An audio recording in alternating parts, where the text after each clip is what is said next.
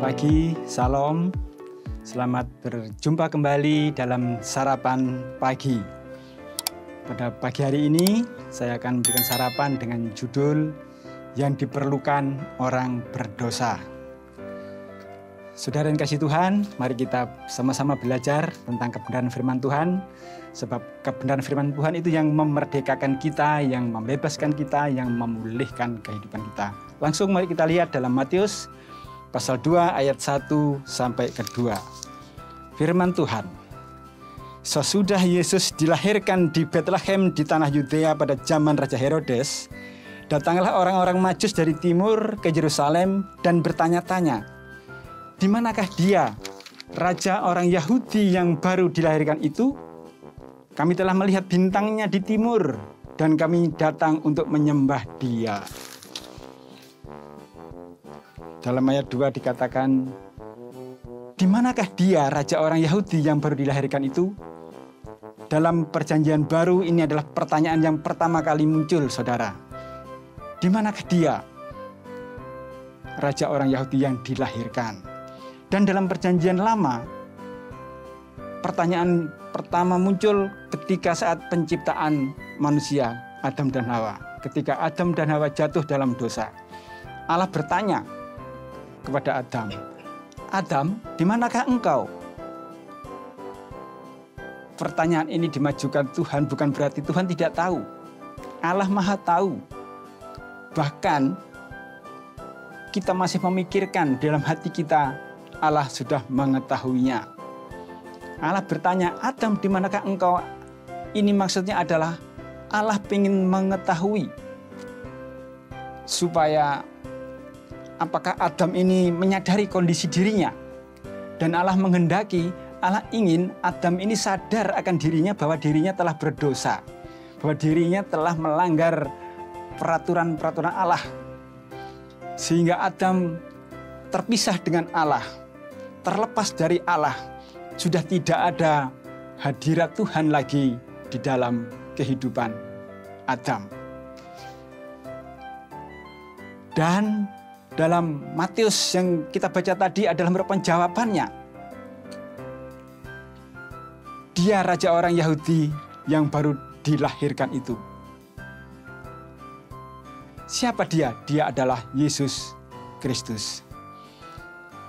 Saudara yang dikasihi Tuhan,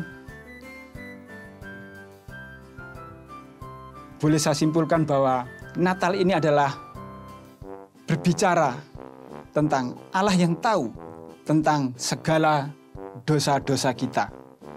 Natal berbicara tentang Allah mengetahui apa yang diperlukan orang berdosa. Natal berbicara tentang orang berdosa butuh pertolongan juru selamat. Natal juga berbicara tentang Allah tidak ada pilihan lain untuk menyelamatkan manusia selain harus memberikan anaknya yang tunggal yang sangat berharga di surga itu untuk menanggung semua dosa-dosa kesalahan manusia.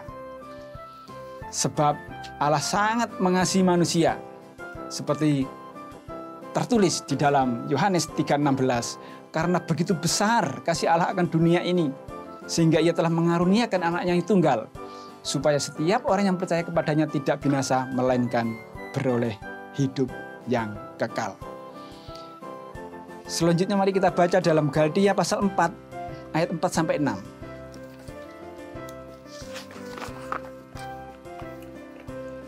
Galatia pasal 4 ayat 4 sampai 6. Firman Tuhan, "Tetapi setelah genap waktunya maka Allah mengutus anaknya yang lahir dari seorang perempuan dan takluk kepada hukum Taurat. Ia diutus untuk menebus mereka yang takluk kepada hukum Taurat supaya kita diterima menjadi anak.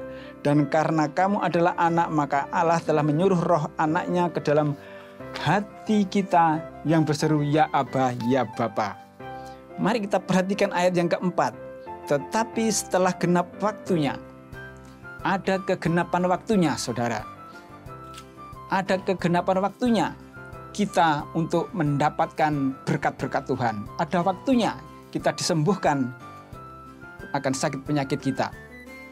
Ada waktunya Tuhan memulihkan kondisi keluarga kita.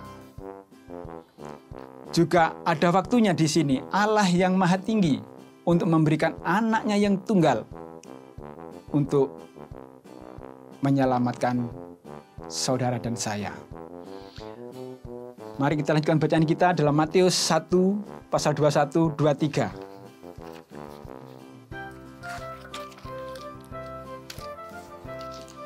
Matius pasal 1 ayat 21-23, firman Tuhan, Ia akan melahirkan anak laki-laki dan engkau akan menamakan dia Yesus.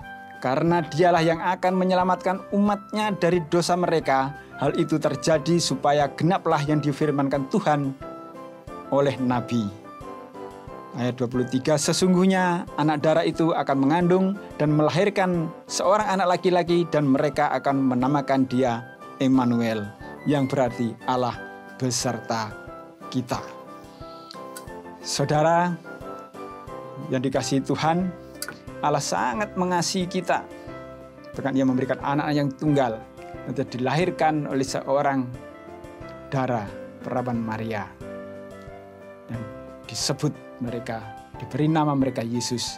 Dan mereka sebut Immanuel, yang artinya Allah menyertai kita semua.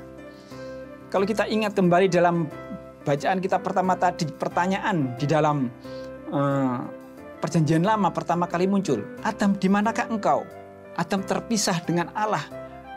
Adam terputus dengan Allah. Adam telah jatuh dalam dosa dan Adam perlu diselamatkan.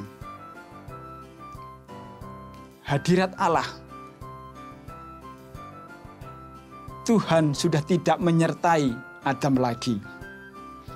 Oleh karena itu, saudara, karena kasih Allah yang sangat besar ini, Allah telah mengutus anak-Nya yang tunggal supaya Adam dan Hawa ini yang sudah terpisah dari Allah dapat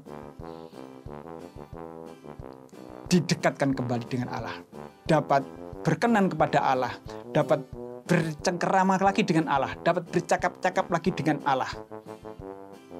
Saudara yang dikasihi Tuhan, dalam Yohanes 1:12 tertulis, tetapi semua orang yang menerimanya diberinya kuasa supaya menjadi anak-anak Allah, yaitu mereka yang percaya kepadanya. Jadi setiap orang, setiap pribadi yang dalam hatinya percaya dan dengan mulutnya mengakui Yesus Kristus adalah Tuhan, maka dia diberi kuasa untuk menjadi anak-anak Allah, pewaris-pewaris kerajaan surgawi yang berhak untuk menerima janji-janji Allah. Dan dalam Galatia 2:20 tertulis, yang ditulis oleh Rasul Paulus mengatakan, namun aku hidup tetapi bukan lagi aku sendiri yang hidup, tetapi Kristus yang hidup di dalam aku. Berarti setiap orang yang percaya kepada Yesus, setiap pribadi yang dengan hatinya percaya dan dengan mulutnya mengaku Yesus Kristus adalah Tuhan, maka Yesus ada dalam diri mereka, yang berarti Tuhan beserta mereka. Berarti sudah tidak terlepas lagi dari Allah, sudah tidak terputus lagi hubungan, sudah kembali lagi mesra hubungan dengan Allah, sudah bisa bercakap-cakap dengan Allah, sudah bisa berkomunikasi dengan Allah. Karena setiap pribadi yang sudah percaya kepada Yesus, ia menjadi anak-anak Allah yang berhak untuk menerima janji-janji Allah. Yang menjadi pertanyaannya adalah, apakah saudara dan saya, apakah kita sudah menerima Yesus sebagai Tuhan dan Juru Selamat kita? Kalau belum, marilah kita evaluasi diri kita. Marilah kita datang kepada Tuhan dengan segenap hati, dengan segenap jiwa, dengan hati yang percaya dan dengan mulut mengaku Yesus Kristus adalah Tuhan. Supaya hubungan kita kembali dengan Allah, terjalin hubungan baik seperti hubungan Adam dan Hawa sebelum ia jatuh ke dalam dosa. Saudara dikasihi Tuhan, marilah kita datang kepada Yesus yang adalah Juru Selamat yang dapat membawa kita terhubung kembali dengan hadirat Bapa kita di surga. Sekian renungan sarapan pagi.